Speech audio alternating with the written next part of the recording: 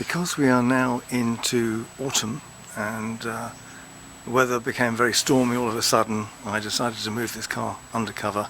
I didn't want it left out with a convertible top in the rain, and I needed the concrete slab that this was standing on for something else. So it's now been placed under the carport, and here it will stay probably till February, March.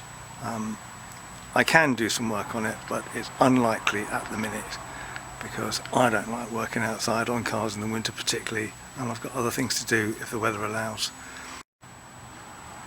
Everything's back on the car now, with the exception of the plastic cover over the top of the engine that tidied it up. The engine now runs better than it did, but I still don't think it's 100%. But before I do any more in the way of major engine management components like mass airflow sensor or idle stepper motor, I want to give the engine a full service. The plugs need replacing.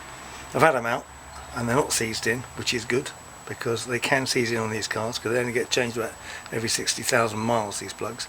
They're bloody expensive when you do change them, but you know, needs must. It requires new timing belts. I don't want to run it excessively until the timing belt and the balancer shaft belt has been replaced with tensioners or anything else that needs to be replaced. The variator rattles and it's not a good sound. It would make people walk away from the car, I think.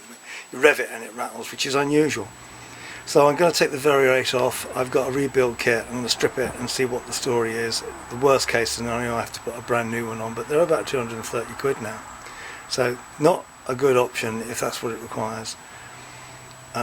In terms of any other work that needs to be done, there's a few electrical problems. The clutch needs to be bled. It works fine, but the hydraulics are a bit soft.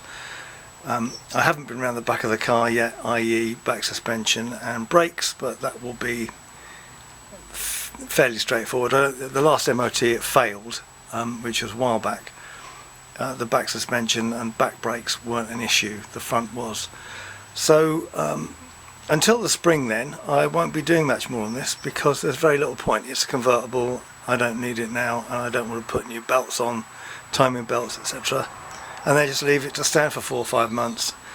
So I will resume this particular car work when the weather, when we're past February, I think, and then I'll probably bring it out again. I've got other things that I need to do in the meantime, so this isn't a high priority. So if you've been following this sequence, thank you for your attention. If you've got a car like this, perhaps I've helped encourage you to keep it, work on it, tidy it up, whatever. They're quite nice cars and they're not that difficult to work on, so I think there are easier cars to work on, but this is by a long chalk not the hardest for its time.